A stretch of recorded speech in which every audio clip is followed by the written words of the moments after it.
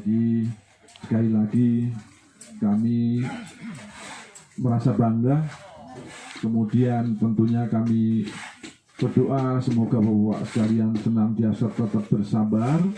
Kemudian pada kali ini menerima musibah, masjidnya pun ada halangan. Kemudian tapi ini cobaan. Karena dengan cobaan ini Bapak semakin kuat sehingga terus kondisinya insya Allah akan semakin membaik. Untuk kondisinya pasti nanti akan jadi lebih baik daripada yang kemarin. Nah, jadi ini hal yang kita syukuri dengan kita menerima musibah, tapi Allah berikan musibah tidak akan diberikan kepada orang yang tak sanggup untuk menerimanya. Nah, karena bapak-bapak sekalian dan ibu, keluarga semuanya sanggup, maka diberikan musibah ini. Jadi saya yakin-yakinnya bahwa nanti masjid yang terbangun akan semakin bagus dan insya Allah syiar agama Islam akan semakin kuat di sini. Kemudian insya Allah yang lain-lain pun nanti akan semakin kuat keimanan dan kerajinannya untuk ke masjid. Jadi ini aja yang bisa saya sampaikan. Nanti ada dari Ustadz akan disampaikan tausiah. Karena ikan cepat, ikan gabus, ya kan? Lebih cepat, lebih bagus, ya kan? Bukan ikan kakap, ikan senangin, banyak cakap masuk angin. Demikian, ada kurangnya kami mohon maaf yang sebesar-besarnya. Akhirul kalam, wassalamualaikum warahmatullahi wabarakatuh. Waalaikumsalam warahmatullahi wabarakatuh. Hamdan wa syukran lillah, salatan wa salaman ala rasulillah wa ala alihi wa ashabihi wa mawala. Qala Allah ta'ala fil Qur'anil Karim, a'udzu billahi minasyaitonir rajim, bismillahirrahmanirrahim. Wa may yabtaghi ghairal islami dinan falan yuqbala min. Sadaqallahul azim wa sadaqa rasuluhun nabiyyul karim wa nahnu ala dzalika minasyahidin wasyakirin walhamdulillahi rabbil alamin. Tak berhenti kita bersyukur kepada Allah seiring nikmat dan karunia yang Allah titipkan setiap hari kepada kita, sehingga kita bisa menghirup udara segar. Apalagi kami yang dari Medan hari ini menghirup udara segar di Tanah Karo. Di sebelahnya ada kopi, cuman yang datang teh.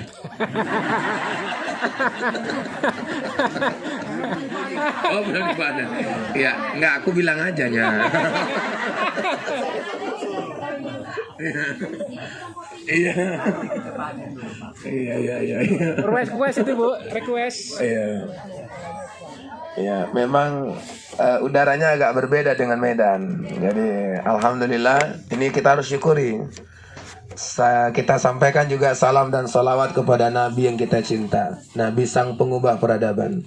Dalam waktu yang sangat singkat menjadi Nabi hanya butuh waktu 23 tahun. Kemudian Nabi bisa mengubah peradaban dunia. Sehingga Nabi kita Muhammad, Bu, tercatat dalam buku 100 tokoh paling berpengaruh dalam sejarah, yang dikarang oleh bukan orang Islam, orang non-Muslim. Yang mengarangnya namanya Michael Hart. Michael Hart itu menulis 100 tokoh paling berpengaruh dalam sejarah dunia, dan yang nomor satunya itu adalah Nabi Muhammad.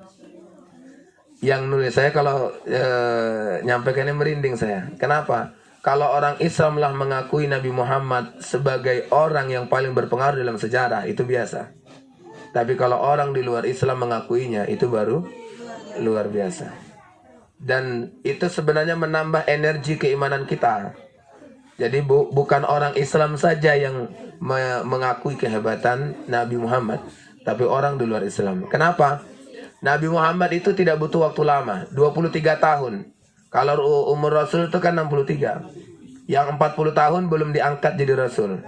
Diangkat jadi Rasul umur 40, 23 tahun berdakwah. Yang spektakulernya 13 tahun berdakwah di Makkah, cuma dapat 50 orang yang masuk Islam. Tapi Nabi tetap istiqomah mendakwakan Islam. Kemudian ya hijrahlah ke Madinah.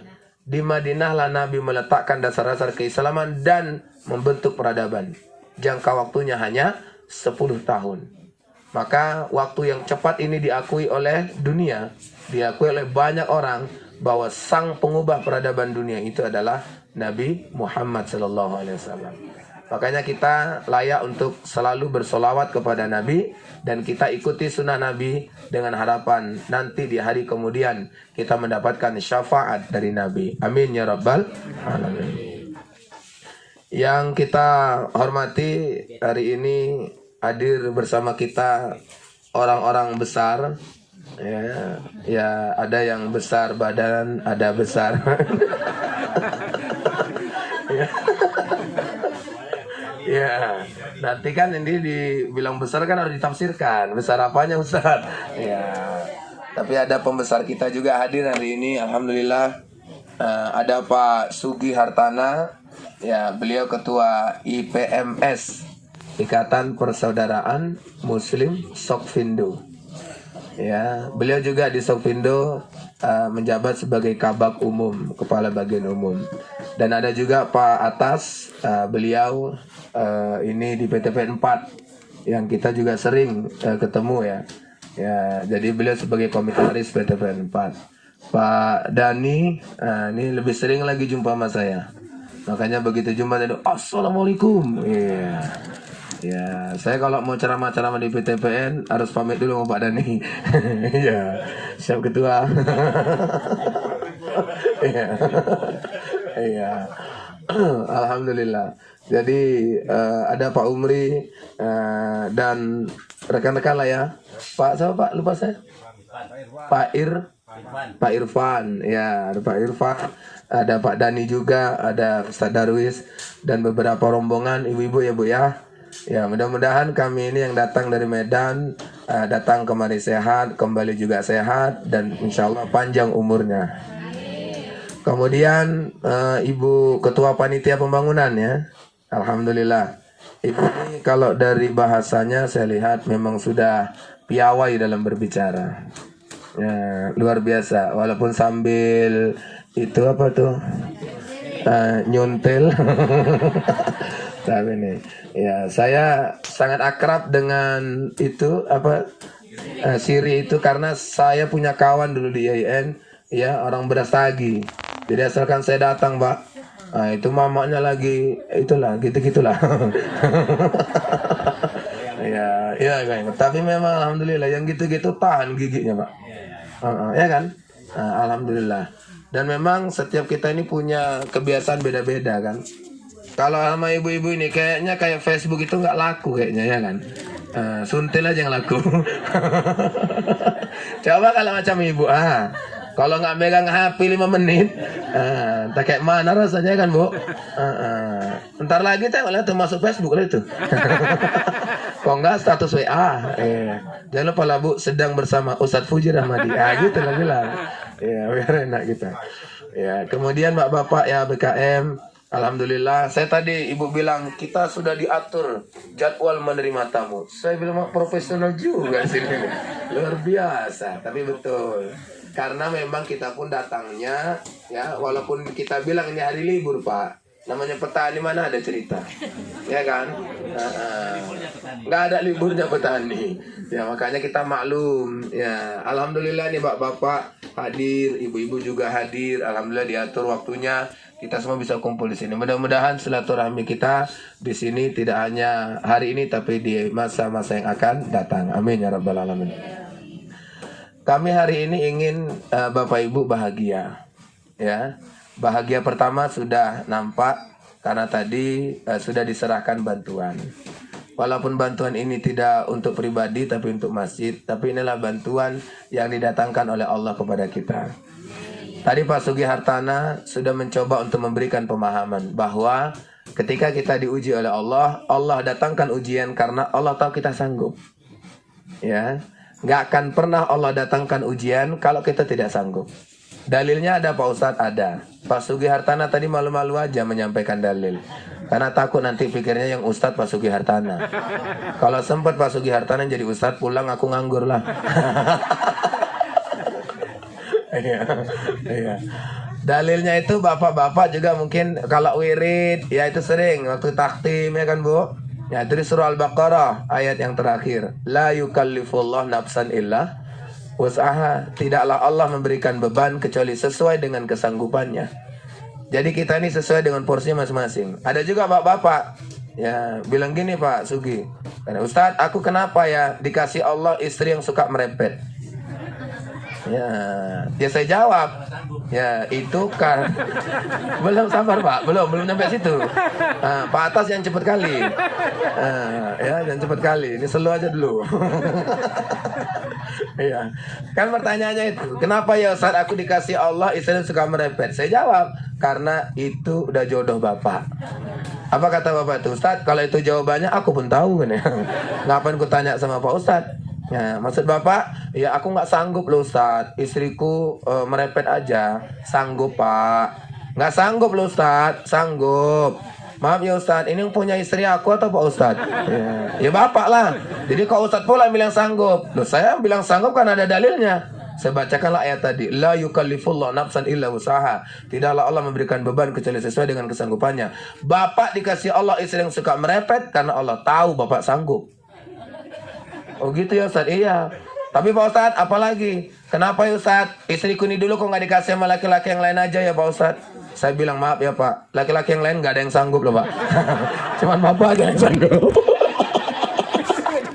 Ya, udahlah Pak, tahankan aja Pak. Paling kalau nggak tahannya ninggal duluan. Iya. Maaf ya Bapak Ibu. Mindset hidup itu ketika menghadapi ujian ya sederhana. Ya. Pertama ya doktrin awal. Kenapa Allah di dalam Al-Quran menyebutkan kalimat? Tapi ini biasanya dipakai orang kalau ada ninggal aja. Payah nih kadang-kadang. Asal ninggal dipakai ayat ini. وَلَنَبْلُوَنَّكُمْ بِشَيْءٍ مِنَ الْخَوْفِ وَالْجُوعِ وَنَقْصٍ مِنَ الْأَمْوَالِ وَالْأَنْفُسِ وَالثَّمَرَاتِ وَبَشِّرِ الصَّابِرِينَ. Ayat ini sering dipakai kalau ada yang meninggal. Padahal ayat ini tidak berlaku untuk yang meninggal saja. Kata Allah, وَلَنَبْلُوَنَّكُمْ بِشَيْءٍ. Dan pasti, ini kalimatnya pasti Pak. Berarti nggak mungkin nggak. Dan pasti kami akan menguji kalian. Ya, dengan sesuatu. Banyak lihat ya, bisyai'in minal khauf, dari rasa takut, wal ju', lapar, wa naqsi minal amwal, kekurangan harta, kekurangan jiwa dan kekurangan buah-buahan.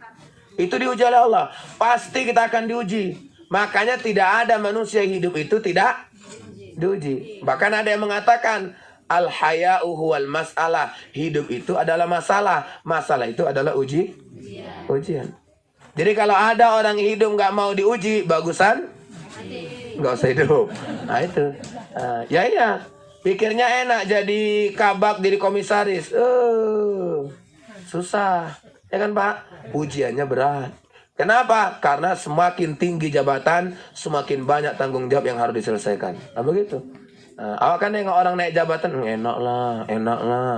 Ya sama, ada orang nengok, enak lah jadi ustadz katanya. Kenapa? Diundang datang, habis itu megang mic, cakap-cakap, pulang jelas kan. Ya. Kan bilang jelasnya aja orang yang enak ya kan Pak. Coba bercakapnya belum tentu enak. Ya, cobalah kita bercakap sama orang, kan payah ya kan Pak. Bapak dicakap-cakapin ya kan. Maaf, Bapak disuruh bercakap. Bapaknya jadi ngoper sana. Ya.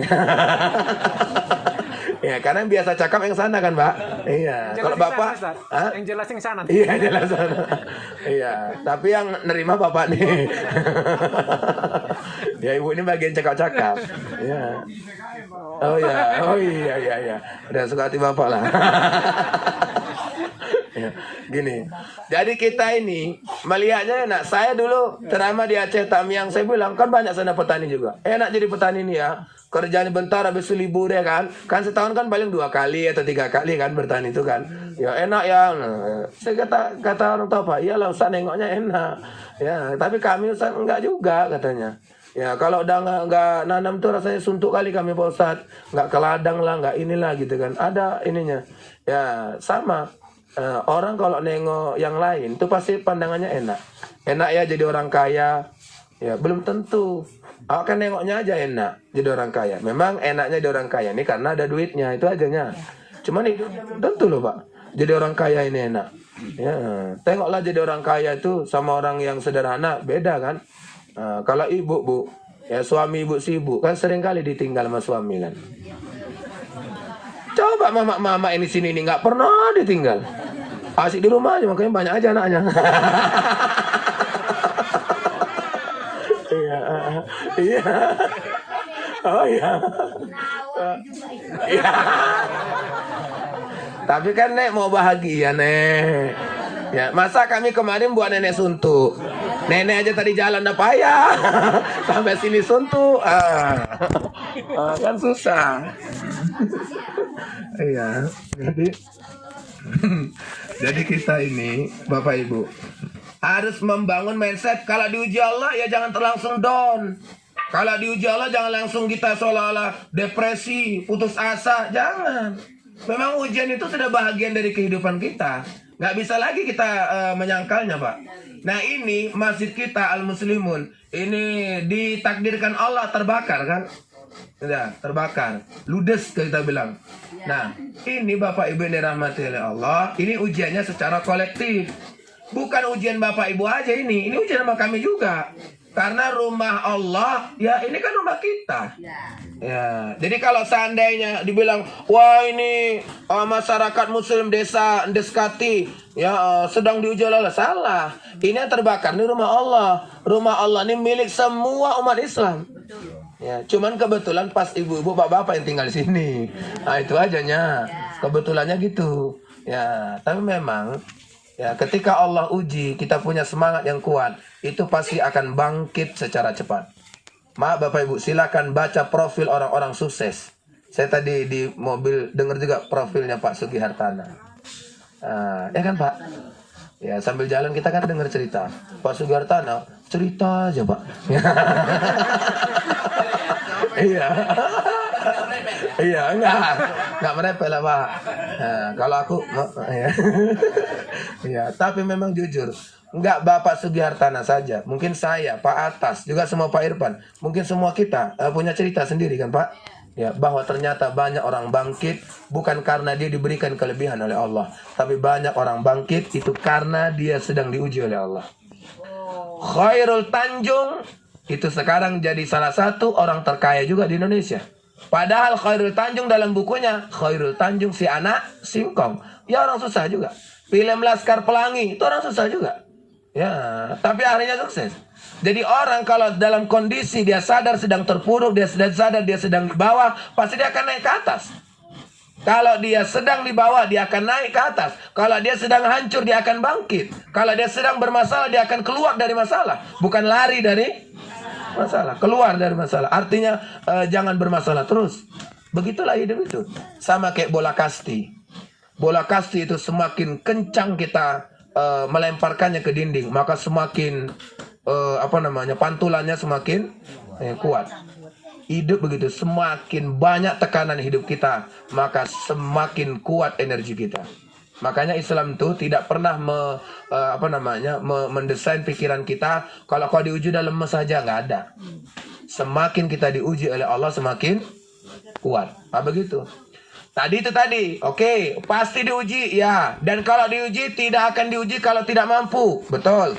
Kemudian ada satu lagi kalimat yang menghibur kita. Apa kata Allah? Fa inna ma'al usri yusra. Maka sesungguhnya di balik kesulitan pasti ada kemudahan. Kalau kita sedang dalam kesulitan Pak, jangan kita putus asa. Ibu nggak usah putus asa. Kalau kita dalam kesulitan, ingat ayat Allah, fa inna ma'al usri yusra. Sesungguhnya di balik kesulitan pasti ada kemudahan. Mario Teguh, The Golden Ways itu pernah bilang apa? Ketika Allah mendatangkan penderitaan dalam hidup kita, maka pastikan suatu saat Allah akan menghadiahkan kebahagiaan di baliknya. Nah, dan saya yakin Pak, dengan ini terbakar Pak Sugi Hartana kemari, Pak Atas kemari. Saya membayangkan ini tadi sejak aku termenung gitu kan. Rasaku kalau sana ini nggak terbakar, nggak kemarinya Pak Sugi Hartana ini. Ya termasuk aku pun mungkin gak kemari. Ya. Itulah dia. Lah ini kan yang dibilang oleh Allah, ada kesulitan. Iya terbakar nih Pak Ustadz, ini kami mau bangun lagi gimana nih Pak Ustadz? Ternyata Allah hadirkan orang-orang kemari. Ini kan baru sebagian, udah mungkin ada nanti yang akan datang kemari dan kemari. Dan kami kebetulan saya tadi bilang, saya sekretaris Komisi Dakwah MUI Sumatera Utara. Kami Pak ini lagi menghimpun juga dana dari ustadz-ustadz atau ulama-ulama yang dari Sumatera Utara. Kami main japri-japri sekian. Ini lagi oleh Komisi Bencana. Nanti insya Allah. Tapi belum ada diagendakan belum. Dari MUI Sumut belum ada. Berarti belum selesai itu. ya sabarlah. Ini kan aku kasih angin segar dulu. Karena aku di grup. Udah nampak tuh berapa yang nyumbang. Udah. Nah insya Allah nanti akan hadir lagi. Bayangkan Bapak Ibu yang dirahmati oleh Allah, ketika kita dalam ujian, maka di situ Allah akan menghadirkan bantuan dalam hidup kita. Maka tak ada kata untuk tidak semangat dalam hidup ini. Karena siapa yang diuji, maka sesungguhnya dia sedang membayangkan apa yang didesain Allah dalam hidupku ini. Kalau aku diuji, pasti Allah akan mendatangkan bantuannya kepada diriku. Makanya untuk Bapak Ibu di sini, ya pesan yang paling besar bagi Bapak Ibu di sini dari kami adalah tetaplah semangat. Ya, karena ini ada hikmahnya. Cuman jangan pula nanti gara-gara ibu kayak gini ramai yang datang, ada masjid sebelah terbakar pula lagi. Barulah cerita ya kan. Kemana kan? Ada batu biar. Ini masjid ini nggak siap-siap ini kan. Udah aku bakar aja lah masjid ini. Habis itu datang masuk di hartanah lagi. Jangan lupa mbak aku ya pak. Iya, maaf ya bapak ibu. Ya, jadi memang ini ujian Allah. Dan memang itu nggak ada dibuat-buat kan Pak. Ya memang itu semuanya natural, alami. Dan itu bahagian dari cara Allah untuk mengajari kita bagaimana mengambil hikmah di balik setiap ujiannya. Yang penting Bapak Ibu yang dirahmati Allah, jangan itu alasan tuh Pak, nggak ada cerita Pak. Bapak kalau misalnya masjid nggak terbakar, dengan sekarang masjid terbakar, masjid sedang dibangun, masjid bagus atau nggak bagus, kalau memang Bapak rajin ibadah, nggak ada cerita mau masjidnya lagi bangunan kayak gini, Bapak tetap ibadah, nggak ada itu kata tidak semangatnya. Sama kayak kita Pak, pandemi COVID coba. Di Medan tuh sibuk kali kita kan. Ada yang di masjid yang tidak tidak ke masjid, tidak sholat. Ada yang sholat masih jaga jarak. Tapi sekarang udah agak lumayan Pak Dani ya. Udah agak lumayan. Pak Dani aja udah berani undang-undang Ustadz. Ya. Udah. Habis itu apa? Ujian tuh datang terus ya kan. Tapi kita kan tetap. Kalau saya bilang, oke lah, kantor mana? Masjid. Jangan ditutup masjidnya. Kalau bisa, misalnya masjid. Oke, Pak Ustadz, ambal dilepas. Lepas ambalnya, nggak apa-apa. Ya, apalagi jaga jarak. Orang MUI juga punya fatwa begitu kok. Ya, jaga jarak. Nah, kemudian apalagi yang lainnya? Jangan gara-gara diuji oleh Allah, kemudian kualitas dan kuantitas ibadah kita menurun. Nah, apalagi Ibu, komitmen keimanan kita itu harus dijaga dengan baik. Ingat, ya ayyuhalladzina amanu taqullaha haqqa tuqatih wa la tamutunna illa wa antum muslimun. Dan jangan engkau mati kecuali dalam keadaan muslim. Karena akidah kita inilah yang akan menentukan kita ini di surga atau di neraka. Ya, maka kita semuanya berharap mudah-mudahan saudara-saudara kita yang satu akidah di sini mudah-mudahan tetap istiqomah. Berapa kakak tadi, Bu? 97 kakak. Alhamdulillah. Total semuanya berapa kakak? 275. Mau kita 30% ya? 30% Pak ya? Hah? Oh iya. 3 agama lagi ya? Lengkap sini. Oh, baik. Nah, kita yang maaf misalnya 30% atau 40% ini ya kita komitmen lah di sini. Ya, tetap istiqomah. Nggak usah khawatir. Yang namanya membangun rumah ibadah pasti selesai. Cuman masalahnya itu aja, lama atau sebentar itu aku nggak tahu memang. Ya, ya iyalah pasti selesai. Pernah Bapak dengar ada pembangunan masjid nggak selesai Pak? Nggak ada.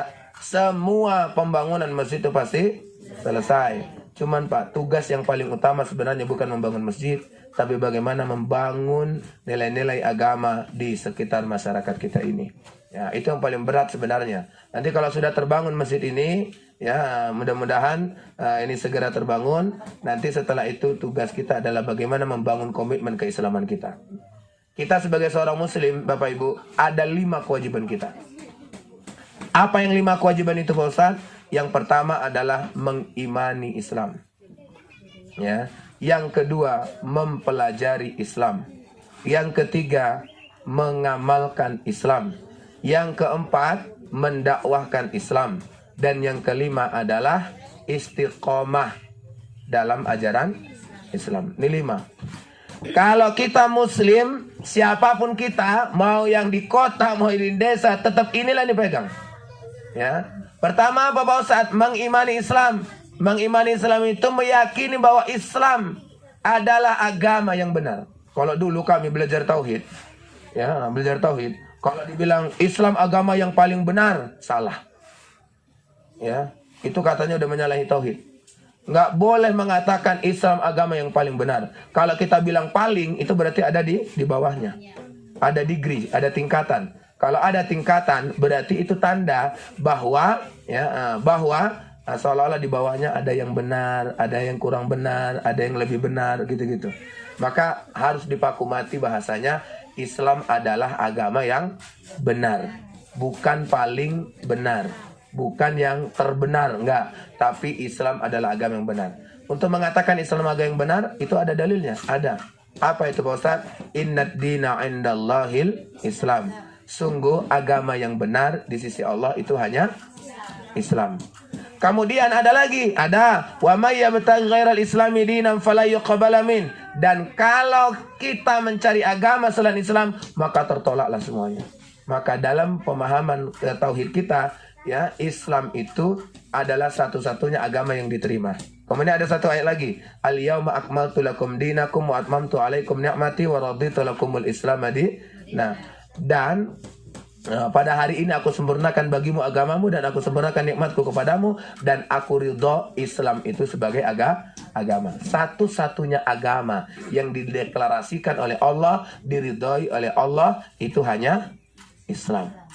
Makanya tugas kita pertama sekali ketika menginjakkan kaki kita sebagai seorang muslim, tugas kita adalah mengimani Islam. Kalau iman kita nggak kuat, habis kita, Pak. Ya. Kenapa? Karena memang jujur saja, karena pengaruh-pengaruh kehidupan yang sangat kompleks, yang sangat banyak nih, baik dari dalam maupun dari luar, dari keluarga maupun dari teman, dari siapa saja, kadang-kadang bisa mengubah keyakinan kita. Maka kita semuanya ini harus mengimani Islam dengan baik. Kalau kita mengimani Islam, wala tamutunna illa wa antum muslimun, dan jangan engkau mati kecuali dalam keadaan muslim. Oke, yang kedua, mempelajari Islam. Ini yang penting juga. Ini kami datang nih, kenapa kok bawa ustadz? Sebenarnya ya kan Pak, datang perkara nyerah-nyerahkan kayak gini nih, tinggal nyerahkan aja ya kan. Ya, cuman alhamdulillah memang Pak Umri, Pak Sugiartana dan rekan-rekan berinisiatif pulang bawa ustadz. Ya, memang alhamdulillah lah memang. Ya, alhamdulillah untuk masyarakat di sini dan alhamdulillah juga untuk saya juga. Ya, kenapa kok alhamdulillah? Karena memang kita butuh mempelajari Islam. Ya, di sini yang biasanya Ustadz ada. Innalillahi wa inna ilaihi raji'un. Baru aja meninggal dunia ya. Iya. Sebulan yang lalu. 3 bulan yang lalu. Allah ya karim. Ya, berarti sekarang ini yang biasa-biasa, maaf ya, biasa lah Pak ya. Namanya di kampung kamu itu kan ada yang biasa suka doa, yang bawakan acara keagamaan gitu ya kan. Nah, itu beliau baru meninggal ya Pak ya. Udah ada penggantinya. Oh gitu. Iya. Jadi nanti mudah-mudahan setelah ini selesai balik lagi kemari ya kan. Iya, mudah-mudahan gitu. Nah, ini yang perlu juga mempelajari Islam, Pak. Kita ini jangan cerita umur ya Pak. Kalau cerita mempelajari Islam ini nggak ada cerita umur. Ya, utulubul ilma minal mahdi ilal lahdi. Tuntutlah ilmu itu dari buayan sampai liang lahat. Bapak pikir saya yang sudah ceramah-ceramah ini nggak belajar juga? Oh belajar Pak. Saya sampai detik ini di rumah saya setiap minggu itu saya menghadirkan ustadz. Ustadz itu tujuannya mengajari saya ngaji. Kemudian yang kedua ya nanti sharing-sharing tentang agama. Ustadz tuh bilang, ngapain Ustadz ngaji lagi, belajar lagi? Karena kebetulan saya dari kampung juga sudah menghafal Quran. Dan saya, menurut guru saya ini yang datang ke rumah, itu saya nggak perlu lagi ngaji. Enggak Ustadz, saya tetap harus ngaji. Saya harus belajar. Kenapa? Karena secara prinsip saya bilang saya ini harus terus belajar. Kalau saya di mana-mana jadi imam, salah bacaan saya karena saya masih belajar, maka saya tidak berdosa. Karena masih belajar.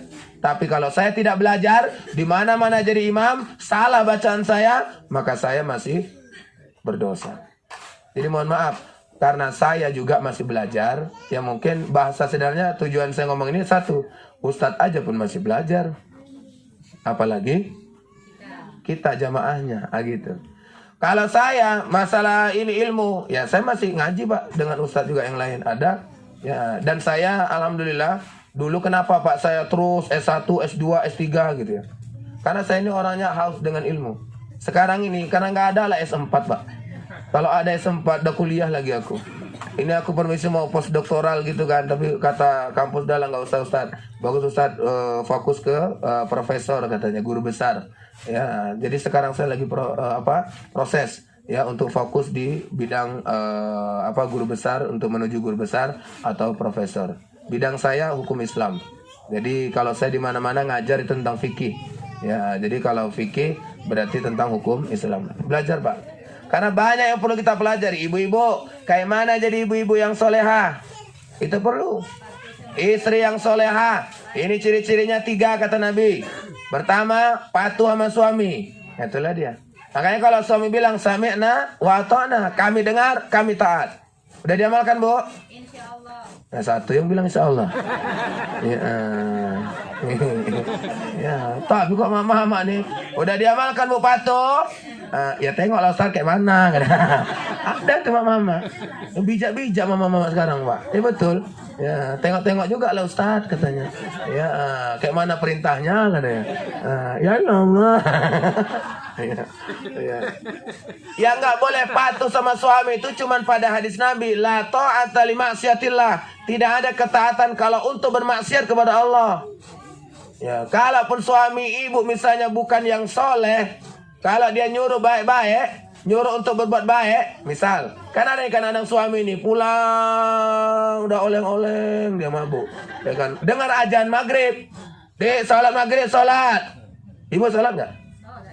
Salat lah. Walaupun yang nyuruh itu mabuk, ibu salat, wajib patuh? Wajib. Tapi ada suami soleh, duduk depan teras berdua sama istrinya. Tengoknya depan rumah tuh ada mangga tetangga. Dek lebat kali mangga tuh dek ya. Enak kali tuh dek. Dek abang pengen kali mangga loh dek. Ya, udah bang nanti adik belikanlah dipajak. Abang nggak mau yang dipajak dek. Abang mau yang itu. Ya, bang abang macam nggak tahu aja tetangga kita itu bang. Wih pelit kali bang. Jangan kan abang minta mangganya, daunnya aja jatuh diambilnya lagi bang. Ya, udah.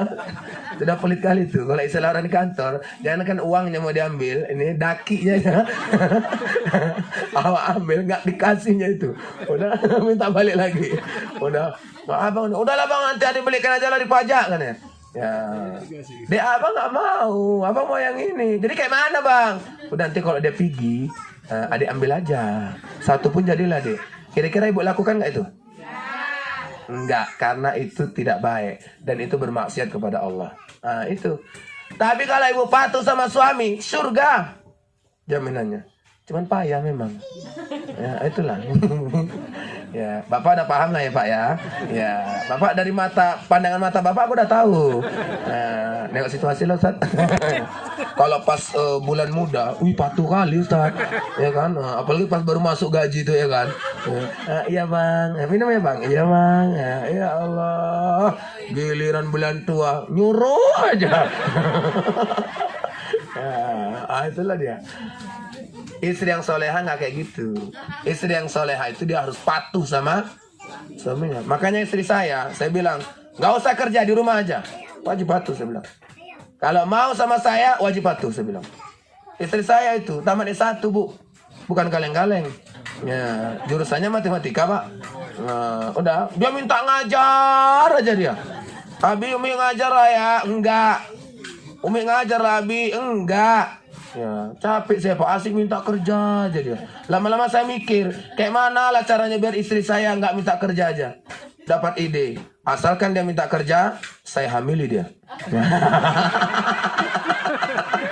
Iya, selalu Bang Dani ya.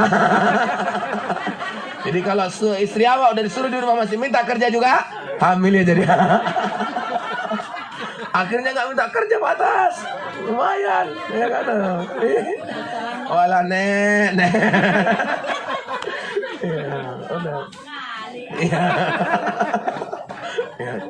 Jadi kalau ini patuhlah, karena istri kalau suami nggak izin, suami nggak ridho istri kerja, itu uang hasil kerjanya tuh haram semua itu. Ya. Oh. Nek kalau mau ke sawah lah nek. Ya, kalau ibu kan suami istri kan kerja kan, bukan ke ladang kan. Udah ya tanya suami juga bu. Aku nggak apa-apa, aku tanya bahasa memang udah disuruh aku.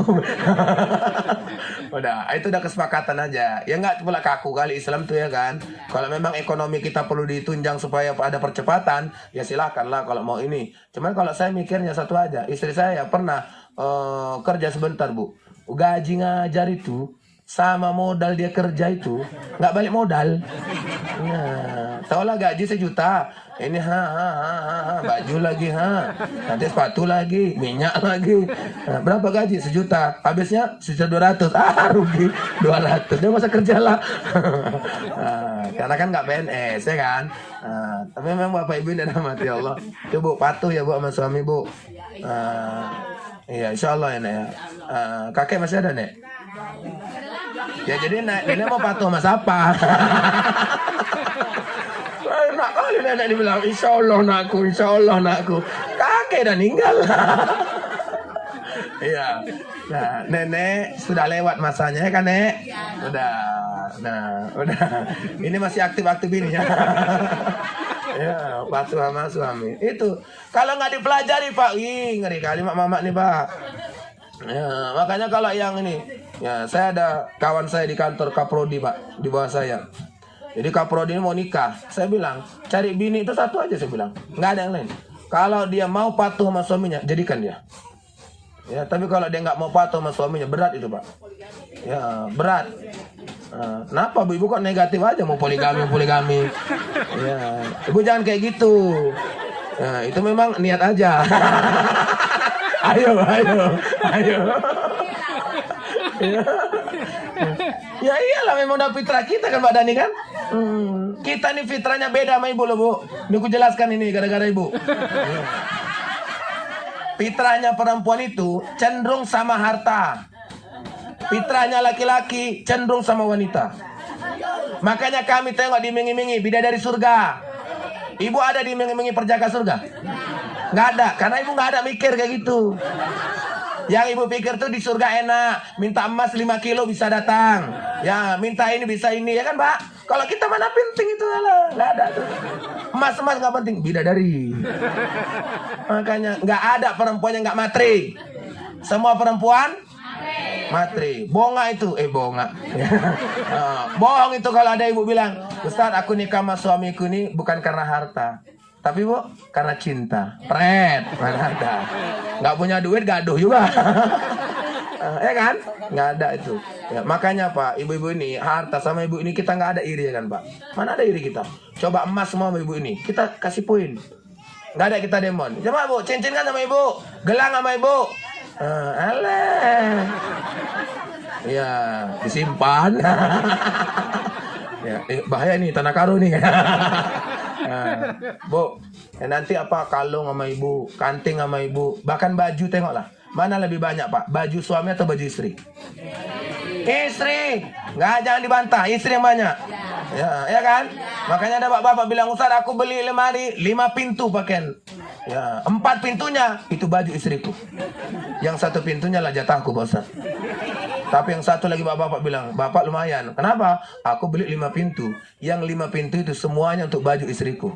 Loh, aku tanya, jadi baju bapak di mana? Di keranjang Pak Ustaz. Ya Allah, menderita kali bapak nih ya. Kenapa? Karena di keranjang. Itu bu. Jadi bu, kalau ada mama kemana-mana bawa gelang, ibu nggak usah heboh. Ya biar aja, mama wirid pakai gelang banyak. Ya biar, nggak apa-apa. Cuman ku bilang kalau mama wirid bawa gelang, tolong duduknya jangan disetel-setel kali. Ini duduk gini. Yang nggak punya gelang ya. Giliran jalan Pak berdiri sap, ini tas, ya kan Bu? Ini gelang, gini aja dia. Pikir orang pamer, rupanya stroke dia. Itulah dia. Nah itu perempuan. Kalau laki-laki, maaf Pak ya, tidak ada laki-laki yang tidak mata keranjang. Semua laki-laki mata, termasuk, ya Allah.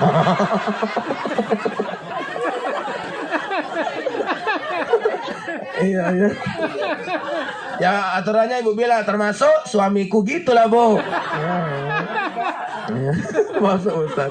Ya udahlah Bu, memang betul kok. Ya jujur Pak. Ya, jangan ada dusta di antara kita ya kan. Alah, ini duduk-duduk manis ini samanya ini. Ya Allah, sama itu, nggak ada yang nggak. Mana ada. Makanya kalau ditanya jujur nih, kalau ada tes kejujuran Pak, kira-kira bapak-bapak ini pengen punya istri satu aja atau lebih? Ya lebih. Iya, aku udah yakin. Ya cuman itulah Bu. Ya kami ini hanya banyak cakap. Kami tengoklah kalau udah ketemu tuh lewat cewek cantik. Cocok tuh kan ya. Untuk yang kodam 2. Ya, tapi kami cakap aja Bu. Ibu kalau suami ibu sering cerita poligami, ibu nggak usah takut Bu. Karena insya Allah suami ibu tidak akan poligami. Tapi kalau ada suami ibu, kawannya rame-rame cerita poligami, dia diem aja. Itu udah 3 bininya tuh Bu. Kenapa kok dia diam aja? Dalam hatinya, kalian banyak cakap. Nah, aku udah 3 kan ya. Itulah dia. Lagian kalau dia bercakap, takut terbongkar. Nah, itu. Makanya Bapak Ibu. Bu, ini Bu, apa namanya? Fitrah. Jadi, kita ini kalau jadi istri, kalau tahu agama, jadi istri yang soleha itu patuh pada suami. Yang kedua apa? Yang bisa menjaga kehormatan rumah tangga. Itu. Baru yang ketiga apa? Yang ketika wajahnya dipandang, sejuk hati suaminya. Jadi ibu-ibu jangan merasa ibu istri yang soleha kalau suami belum sejuk memandang wajah ibu. Jadi pulang dari sini, ibu tengokkan muka ibu sama suami ibu. Bang, tengok bang. Apa dek? Cak tengok muka aku bang. Kenapa dek? Sejuk nggak abang mandang adik bang? Kalau kata suaminya dek, abang sejuk kali mandang adik. Subhanallah. Berarti ibu adalah istri yang soleha. Tapi begitu bang, Cak tengok muka aku kenapa? Abang sejuk kan bang? Ya Allah, tergantung lah dia sejuknya. Ya, kok lagi banyak duit sejuk kok tengok. Ya, tapi kalau ini, berarti masih meragukan itu. Ya, Bapak Ibu, ini. Yes, Bapak juga gitu Pak. Suami yang soleh kayak mana? Yang tidak menzolimi istrinya. Oh, kuat kali orang ini. Ya. Kenapa? Karena memang ada suami itu yang suka menzolimi istri. Suami istrinya udah baik-baik, ya kan? Dimarahin, dibentain, kadang-kadang ada yang sampai dipukul segala macam. Ada. Saya punya cerita banyak. Ya, karena ada suami ini, istrinya baik budi, udah kerja, ya di rumah diiniin, ya dibersihin segala macam, udah kerjain lah semuanya ya kan Bu. Tapi suami masih nggak terima juga ya kan Bu. Makanya muncullah film di TV, Suara Hati Istri. Nggak ada Pak suara hati suami. Padahal bukan istri aja yang teriris-iris hatinya, suami juga banyak yang teriris-iris hatinya. Tuh muncul lagi film yang baru populer nih, Layangan Putus. Nah itu mak suka kali nonton itu. Ya, tapi lumayan lah daripada nonton Jodoh Wasiat Bapak. Itu Jodoh Wasiat Bapak jangan ditonton Pak. Ya kenapa Ustaz? Itu nggak ada yang betul itu. Itu merusak akidah istri dan keluarganya. Itu dia. Ini mempelajari Islam ini nggak gampang. Sholat 1 hari berapa kali Pak? 5 kali. Yang 5 kali itulah yang kita memang betul-betul manfaatkan untuk berkomunikasi dengan Allah, bukan untuk yang lain. Kalau kita komunikasi dengan Allahnya baik, maka semua hidup kita akan dimudahkan oleh Allah. Ini ada orang, ya udahlah hidupnya susah, payah kali komunikasi sama Allah. Dan saya melihat ketika saya di Medan Pak, ini maaf ya saya lihat, malah kebalikan. Kalau yang saya ini maaf Ibu ya, Pak, saya tengok orang yang malah itu ekonominya menengah ke bawah, malah susah dekat sama Allah. Yang ekonominya menengah ke atas, malah semakin dekat dengan Allah. Kok gitu ya? Seharusnya kan Pak, yang ekonominya menengah ke bawah, yang di Medan tuh misalnya di tukang beca atau apa segala macam, itu yang seharusnya dia dekat dengan Allah, supaya ada pertolongan Allah dalam hidupnya. Ini tidak. Malah yang kaya-kaya makin dekat dengan Allah. Subhanallah. Tapi itulah ya, namanya hidayah kan kita nggak tahu. Tapi intinya apa? Intinya memang kita harus terus mempelajari Islam. Ya Pak, kalau sholat 5 kali dalam satu hari ini. Ini kalau sementara sholatnya di sini. Sholatnya di sini. Tetap Bapak tegakkan sholat di sini. Berapapun jamaahnya, nggak usah Bapak pikirkan.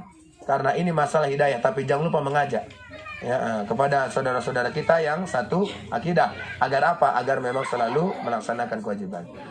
Yang ketiga, mengamalkan Islam. Nah, itulah tadi. Udah belajar, diamalkan. Al-ilmu bila amalin kasyajari bila samarin. Ilmu yang tidak diamalkan itu ibarat pohon yang tidak berbuah. Percuma awak nanam pohon tapi nggak ada buahnya. Ya berarti nggak ada hasilnya.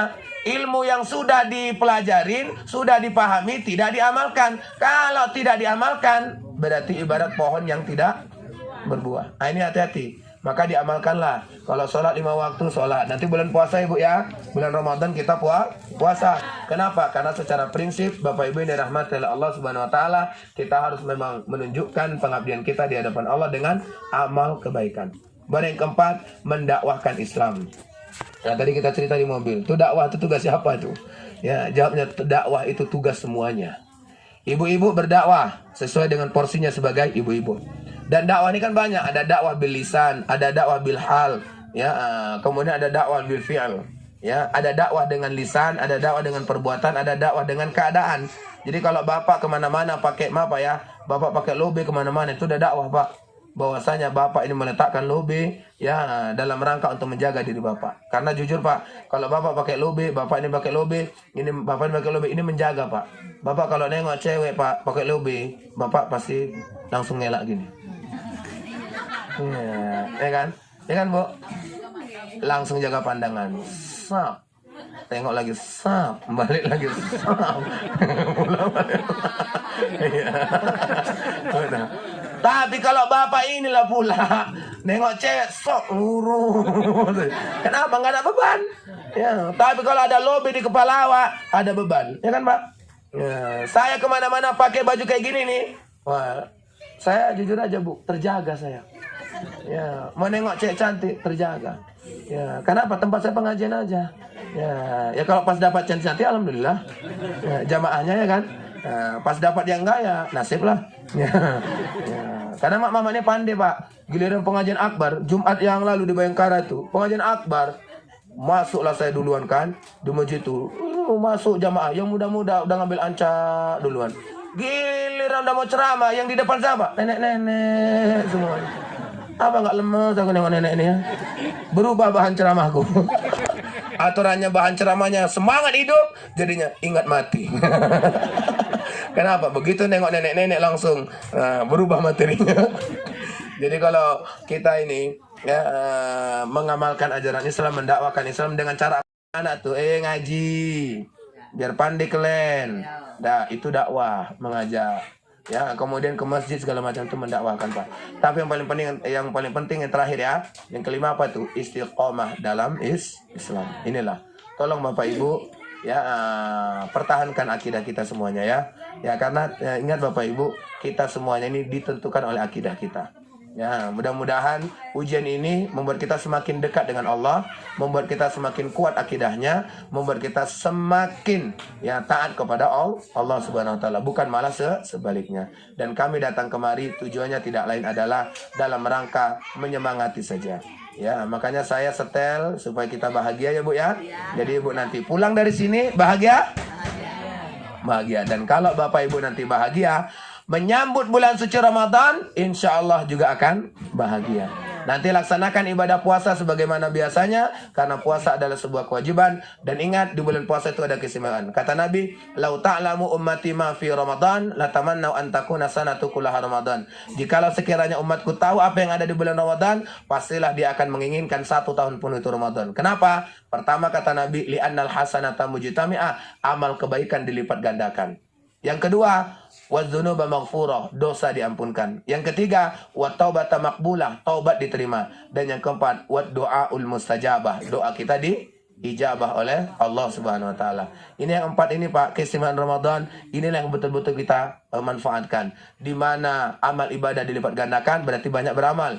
Di mana yang namanya taubat diterima, kita bertobat. Dan kemudian dosa diampunkan, kita mohon ampun.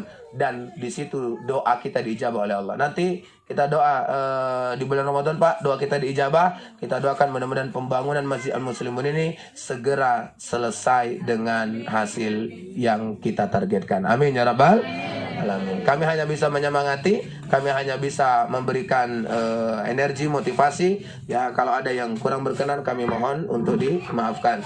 Maklum kami juga manusia biasa. Kalau manusia biasa tak luput dari salah dan khilaf.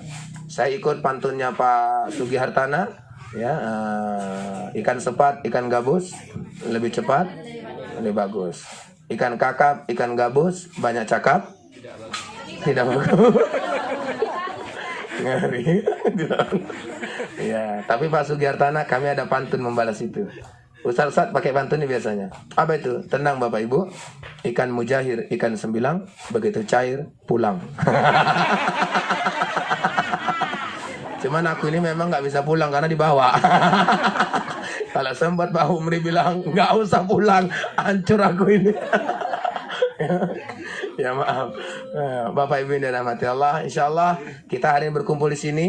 Kalaupun nanti kita tidak bertemu lagi di dunia ini, mudah-mudahan kita dikumpulkan Allah dalam syurganya Allah Subhanahu Wa Taala. Amin ya rabbal alamin. Burung Irian, burung cendrawasih, cukup sekian dan terima kasih. Wassalamualaikum warahmatullahi wabarakatuh.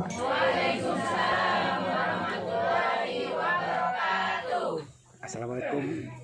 Assalamualaikum warahmatullahi wabarakatuh. Terima kasih Ustadz. Nah ini untuk supaya bagian dari oleh-oleh juga Ustadz. Bolehlah ada yang bertanya Ustadz ya.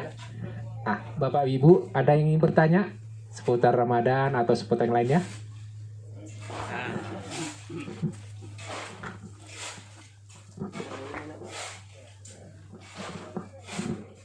Assalamualaikum warahmatullahi wabarakatuh. Waalaikumsalam warahmatullahi wabarakatuh. Terima kasih atas kesempatan yang diberikan Pak Ustadz dan rombongan. Pertanyaan saya ada beberapa. Cuma nanti kalau lucu jangan diketahui ya Ustadz, karena baru belajar buat pertanyaan. Iya. Yang pertama menyangkut tentang fatwa MUI. Yang saya tahu di dalam Islam diajarkan sholatlah kamu seperti yang diajarkan oleh Rasulmu. Rapatkan saf dan luruskan. Sekarang yang saya lihat di media sosial dan di TV-TV, fatwa MUI mengatakan sah kalau sholat itu beraturan berjarak ya. Yang saya tahu di dalam agama Islam itu waqimus sholat atau rapatkan saf dan luruskan. Sawu sufufakum ya. Yang kedua, bagaimana cara menyikapi kita dalam masa pandemi saat sekarang ini Ustaz? Apa yang harus kita lakukan? Yang ketiga, bagaimana caranya agar nanti di dalam bulan Ramadan puasa kita sah? Jangan hanya istilahnya hanya menahan dahaga dan lapar saja. Cukup sekian. Wassalamualaikum warahmatullahi wabarakatuh. Waalaikumsalam warahmatullahi wabarakatuh. Ya, pertanyaan yang pertama ini pertanyaan kayak mahasiswa ini.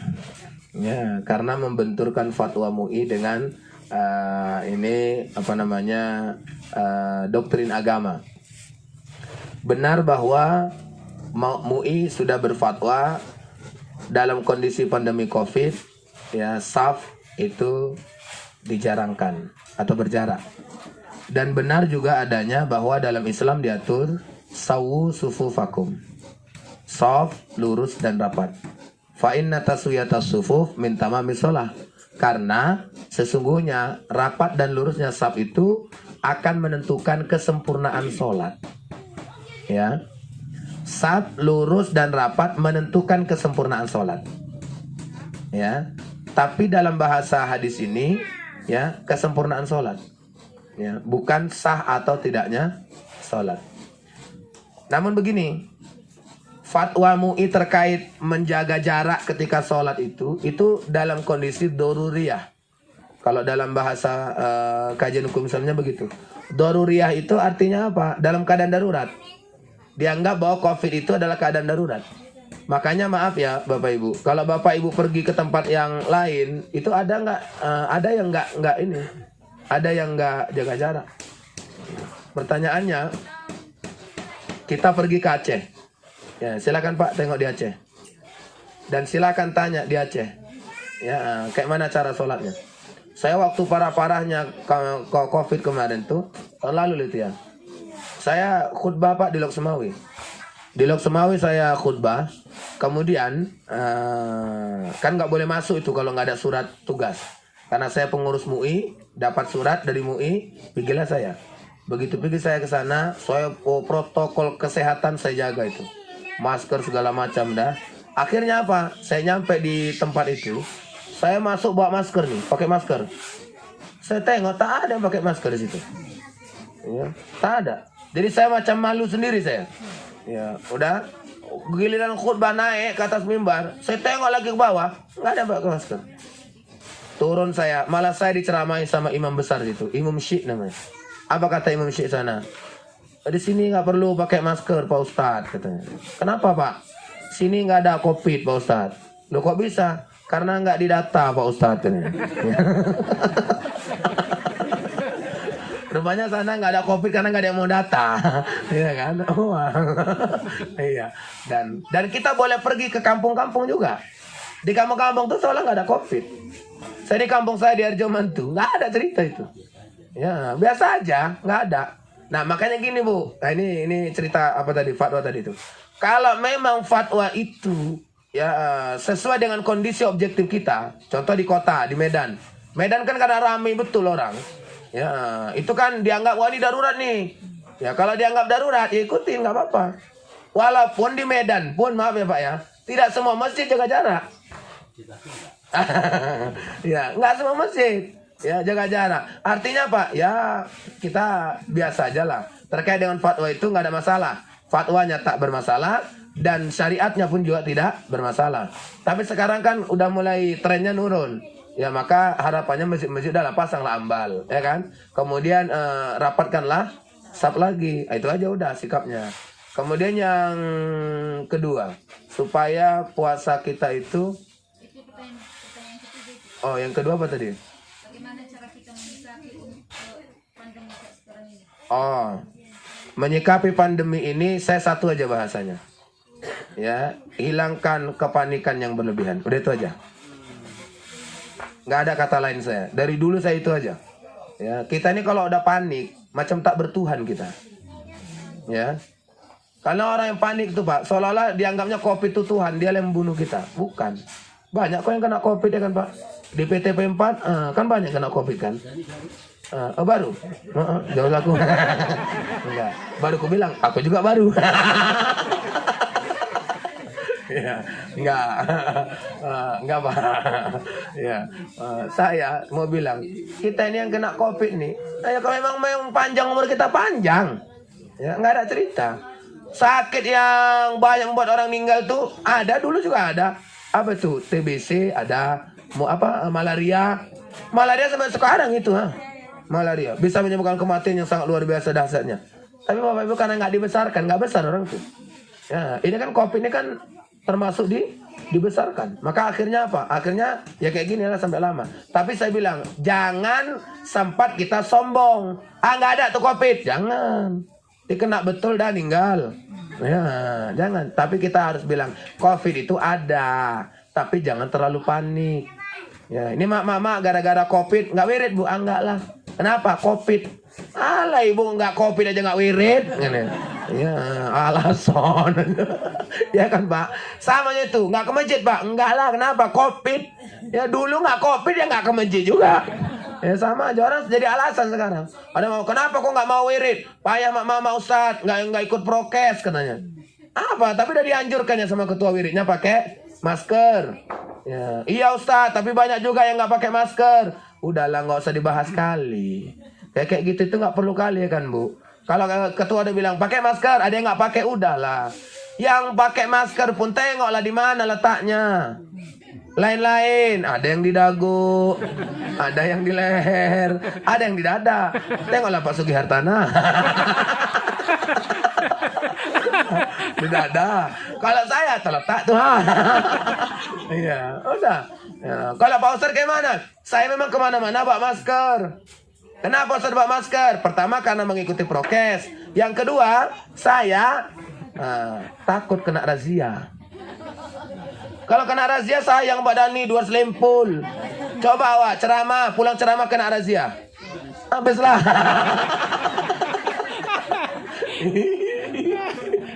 Iya. Tapi kalau di PTV 4 balen lah. Kalau di Sokvindo aku belum pernah. Jadi aku belum tahu. Habis ini ya. Sampai Indonya Prica sama. Kata Prica. Maaf Bapak Ibu. Jadi intinya satu, kepanikan. Ada, saya Zoom meeting, Mbak. Seluruh Indonesia. Ada ibu-ibu di Gresik. Ya, dia ngomong, "Ustadz, aku heran nengok kawanku. Dia orangnya prokes banget, Pak Ustadz. Ya, kalau masker ini kemana-mana nggak pernah lepas. Nggak pernah lepas. Pakai terus. Bahkan double dia, Pak Ustadz. Ada 2 double. Kan ada kan yang 2 double kan? Double 2. Habis itu hand sanitizer dibawanya kemana-mana. Asal ini nanti salaman nggak mau salaman, gini aja dia sap. Nanti kalau cakap sama orang jaga jarak. Tapi Ustadz, kenapa ya kok dia pula yang kena COVID? Nah, saya bilang, ikhtiar zohirnya, ikhtiar nyatanya dilakukan. Tapi ikhtiar batinnya mungkin tak dilakukan. Apa itu? Menghilangkan kepanikan. Silakan dikaji. Kalau awak panik, pikirannya ini terganggu, kesehatan pun terganggu. Karena dokter bilang sakit itu sumbernya 20% dari makanan dan minuman, yang 80% Pak dari pikiran dan perasaan. Ya, makanya kenapa suami lebih duluan mati daripada istri? Ya, kenapa? Karena banyak kali pikirannya. Di kantor udah banyak pikiran, sampai rumah direpetin lagi. Nggak makin nambah pikiran. Makanya Bu, kalau ibu mau suami ibu panjang umur, jangan merepet lagi. Beruntung Pak Atas bawa bininya. Ya. Pak Sugi Hartana rugi nggak bawa bini. Kalau Pak Atas jangan bilang, ingat Ustadz bilang tadi. Ya kan Pak Atas? Nah, itu. Iya, pikiran. Jadi panik itu Bu yang membuat kita itu kena COVID. Ya, karena ketakutan tuh imunnya turun. Kan dalam teori kesehatan begitu kan. Kalau panik, imun turun. Kalau imunnya turun, virus gampang masuk. Nah, itu dia. Dah, baru yang ketiga ya Bu ya. Tentang kayak mana biar sah puasa kita. Biar sah puasa kita, maka secara prinsip penuhi rukunnya. Rukunnya itu ada 2. Yang pertama adalah niat, yang kedua menahan diri dari segala sesuatu yang membatalkan puasa. Nah, Ibu nanti kita akan belajar tentang apa saja yang membatalkan puasa. Nah, yang membatalkan puasa itu dipelajarin, baru kemudian dihindarkanlah. Jangan sampai ada. Membatalkan puasa apa Pak Ustadz? Makan dan minum dengan sengaja. Kalau nggak sengaja Pak, nggak batal Pak. Mana tahu Bapak sering nggak sengaja ya kan? Ya. Makan siang nggak sengaja, kan bisa ya kan Pak? Bisa lah. Kalau kok tiap hari nggak sengaja, nggak betul itu Pak. Ngakali Bapak. Ya, tapi intinya Pak, makan minum dengan sengaja. Kalau nggak sengaja itu nggak batal. Baru kemudian yang selanjutnya itu muntah dengan sengaja. Kemudian jima berhubungan, itu bisa batal. Kalau Ibu pas puasa haid pula, ya kan? Nah, itu bisa langsung ini batal puasa. Kemudian keluar dari Islam itu juga langsung, ya, murtad. Jadi itu bagian. Riba, nyeritain orang, nggak membatalkan puasa, tapi menghabiskan pahala puasa. Ya, kita jangan mengada-ngada, nanti payah. Ada mama. Oh itu lagi, ya enggak lah. Ya, mungkin dalam hati enggak Bu. Ibu hanya berdosa batin sama orang itu. Ibu misalnya dalam hati nih ngomong, ya, misalnya dalam hati ini ngomong, Ustadz ini lama kali ceramahnya. Itu dosa batin sama saya.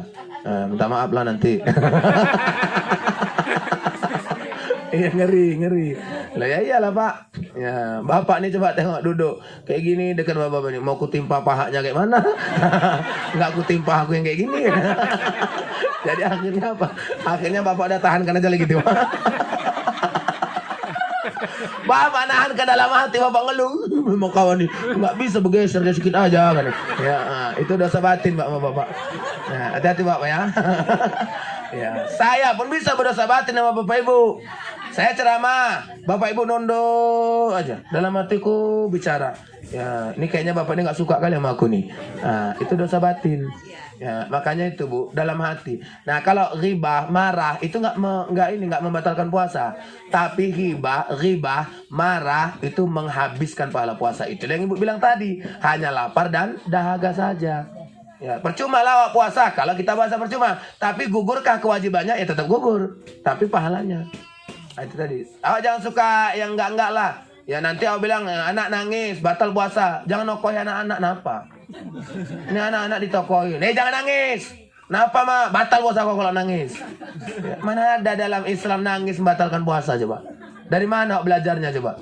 Kecuali waktu nangis air matanya jatuh ke bawah kena bibir.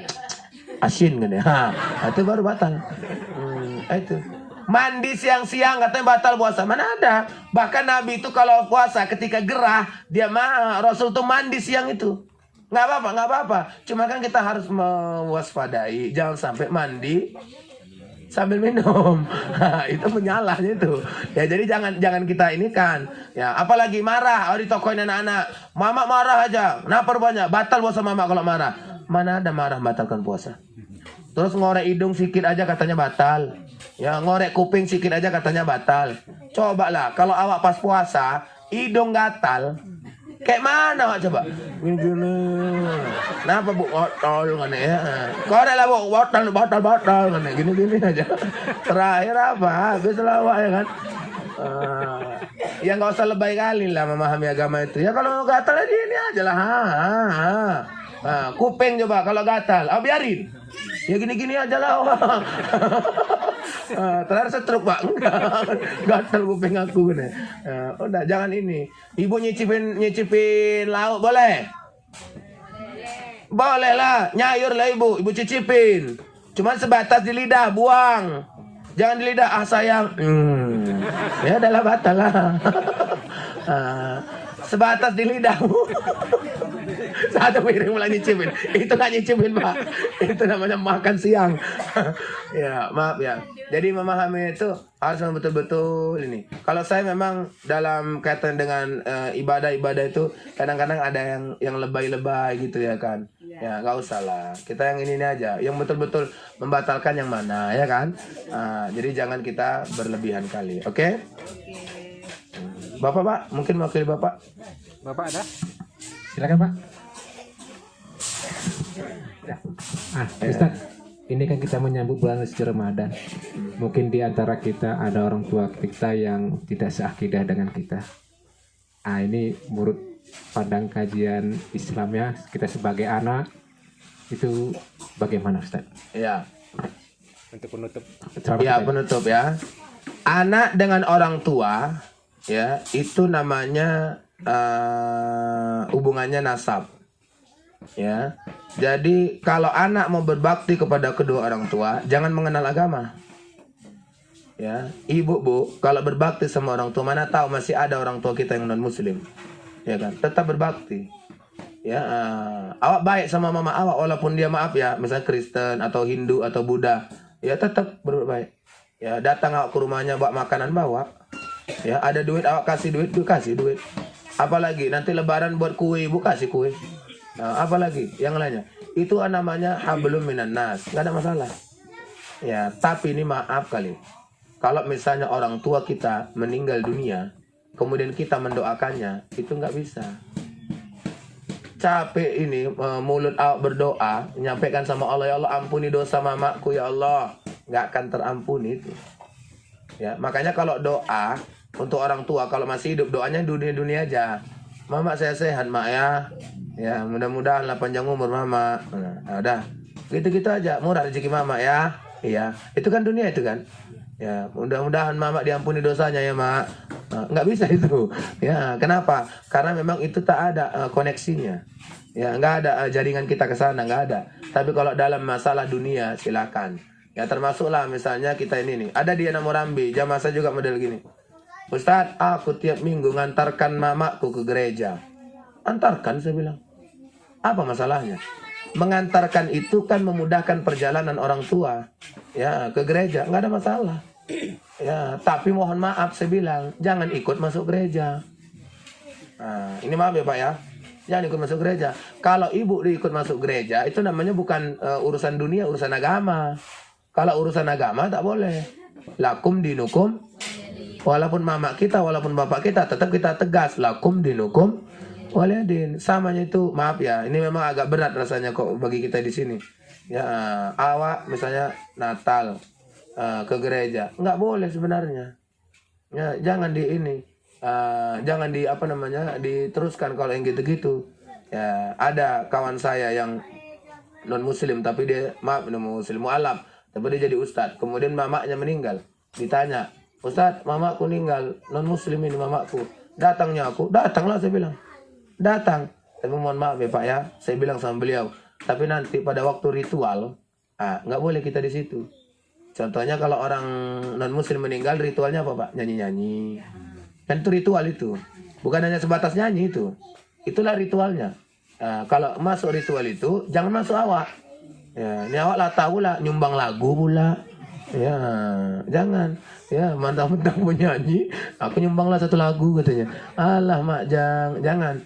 Itu Pak, udah masuk ranah agama. Kalau ranah agama, cukup katakan lakum dinukum waliyadin. Jadi begitu, berbakti kepada orang tua tidak dibatasi oleh agama. Silakan berbuat baik. Samanya gini, kita pun sama muslim. Kan ada orang tua kita, menurut kita ya Bu, maaf ini kalau ada yang salah. Menurut kita, orang tua kita ini, Pak Ustadz, dia selalu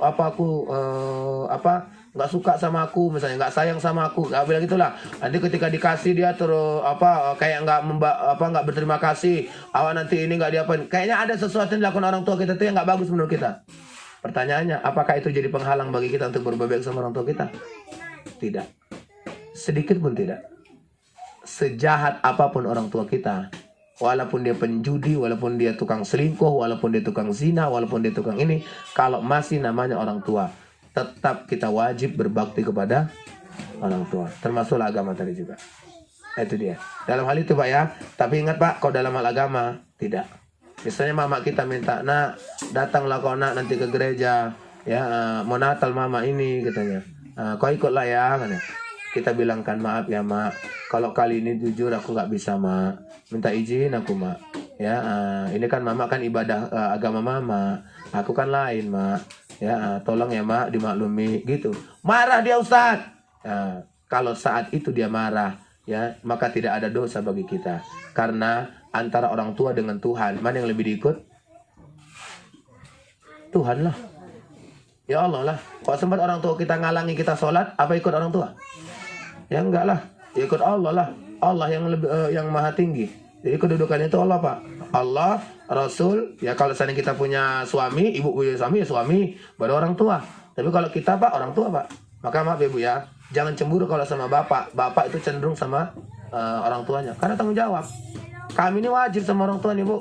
Nggak boleh protes. Tapi kalau misalnya beli-beli rezeki kita, ya adalah sama lah. Orang tua suami dikasih, orang tua istri juga dikasih. Tapi kalau memang pilihan, yang mana Pak Ustadz? Pilihan itu tetap kita akan pilih orang tua laki-laki dari suami kita. Gitu ya Bu ya. Oke lah ya, saya rasa itu. Terima kasih Ustadz. Semoga pertemuan kita ini diberkahi. Mohon izin Ustadz ditutup dengan doa Ustadz. Baik. A'udzu billahi minasyaitonir rajim. Bismillahirrahmanirrahim. Alhamdulillahi rabbil alamin. والصلاة والسلام على أشرف الأنبياء والمرسلين وعلى آله وصحبه أجمعين. اللهم يا عزيز يا غفار اغفر لنا ذنوبنا ولوالدينا وارحمهما كما ربيانا صغيرا. اللهم إنا نسألك الهدى والتقى والعفاف والغنى اللهم بارك لنا في رجب وشعبان وبلغنا رمضان. اللهم طول عمرنا وصحي أجسادنا ويسر أمورنا ووسع أرزاقنا وأحسن أخلاقنا وثبت إيماننا وتقبل أعمالنا ونور قلوبنا بنور الإيمان والإسلام والاستقامة. اللهم اجعل جمعنا يا الله هذا جمعا مرحوما وتفرقنا من بعده تفرقا معصوما واهدنا إلى صراط مستقيما صراط الذين أنعمت عليهم من النبيين والصديقين والشهداء والصالحين. اللهم اختم لنا بحسن الخاتمة ولا تختم لنا بسوء الخاتمة. ربنا آتنا في الدنيا حسنة وفي الآخرة حسنة وقنا عذاب النار. وصلى الله وسلم عليه والحمد لله رب العالمين. تقبل الله منكم.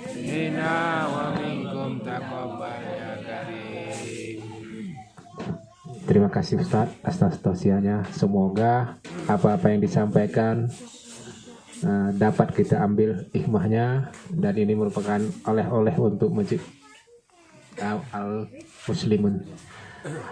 Kepada Bapak Ibu yang kami hormati, jika ada hal-hal yang tidak berkenan, kami mohon maaf. Inilah kami adanya. Kami ingin bersilaturahmi dan berjumpa dengan keluarga besar di Masjid Al-Muslimun. Akhir kalam saya ucapkan Assalamualaikum warahmatullahi wabarakatuh.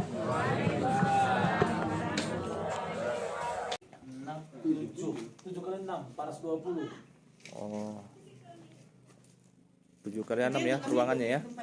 Enggak, yang sampai sini aja. Iya, Bang, sini. kan? Oke. Oke, Bang.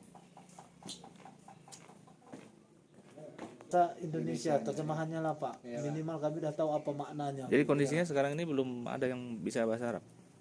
Ada beberapa anak-anak. Udah ngaji-ngaji udah ya? Ngaji-ngaji. Anak-anaknya kelas udah ya? Anaknya remaja juga aktif. Remaja masjid. Berapa kakak di sini, Bang? Kita muslimnya. Aduh, aku kurang Atau tahu. lebih dari kita nggak? Enggak, kita tetap Minoritas ya. Tapi bagus sama orang tua. bagus. Sekarang kan salah satu apa namanya yang mengikat kita sini kan kultur adatnya. Itu ya, itu yang kuat ya. Ya, Oh. karena ada falsafah orang Karo bilang marga si 5, rakut si telu, tutur si waluh, perkade-kadean 10 2 tambah 1. Jadi di 5 cabang, 3 ikatan, 8 panggilan, kemudian 12 silsilah. Itulah Jeki, Chen, Aho, Anjeli, Rahul jadi saudara. Ada kata situ teman meriah, apa itu teman meriah? Kawan karib. Itulah yang Kalau orang mengikat. Karo pakainya falsafah itu nggak bisa berantem, semua saudara. Oh. Bersaudara Mantap. semua, apalagi ya kan? Iya. Mantap, aman kalau gitu. Assalamualaikum warahmatullahi wabarakatuh. Ya, inilah masjid yang dikabarkan terbakar. Ya, jadi inilah kondisinya sekarang. Ya, ini bapak-bapak yang pengurus masjid di sini. Inilah kondisinya. Ini ruangan apa nih Pak tadinya nih Pak? Ustad, Oh, ruang ini oh, rumah dai. ruang dai sini Pak ya. Tadinya sini ya. Ini sebelahnya nih apa nih? Nagar dulu, di sini. Oh, najirnya sini. Ya, karena masih ada datang dai itu, Ya. nagar ada di sini, Mm-mm. harus dibangun lagi yang ini. Ini tadi ruangannya ya. Ini tadi ya ruangannya ya. Itu toiletnya Pak. Iya, yang sebelah sana. Ya. Ini tempat duduk. Ini termasuk ini ruangan juga nih. Ruangan sama ya. Sama nih. Oh, oke. Ini ruangan ini masjidnya Pak ya. Iya. Oke Pak. Kita keliling dulu. Oh, ini teras masjidnya. Oh, ini kondisi lantai masjidnya nih. Kondisinya, dindingnya nih kondisinya. Ah, ini tempat imam ya. Iya, itu mihrab. Iya. Ini dia kondisinya ya. Ini ukurannya berapa nih masjid ini, Bang? Ukurannya kemarin 12 Ini sekarang ini, ruangan ini. ruangan ini aja. Hah? Ukuran masjid ini situ mana piga Pak? Si Bas aja, si Bas. Maling Berapa kali berapa kira-kira, Pak? Hah? kurang lebih 5. Kurang lebih. Ya, Satu. 5 Ini satu petak ini berapa nih, Pak? 1 meter. Enggak, ini satu petak. 1 Keramik berapa nih? 30. Nah, sini 60. 60. Ini kan 60 gini ya, 60, Juga kan 120, sadahan 3 meter kena sejadah. 240, 300, 320, 6 meter lah ya. Pas ukuran satu sejadah itu. Sekitar berapa? 600. 6 ya. Sini 6. Sana lebih lah. 4, 5, 6, 7. 7 kali 6, 420. Oh. 7 kali 6 ya ruangannya ya. Enggak, yang sampai sini aja. Iya, kalau sini. kan. Oke, oke. Oke, Bang. Dia bilang sama Ustaz apa itu? Masjid ini mana akan digunakan ya? Iya, ada juga gambar ada tempat yang bisa gambar. masjidnya, karena hanya sekitar 3 km aja dari gunung.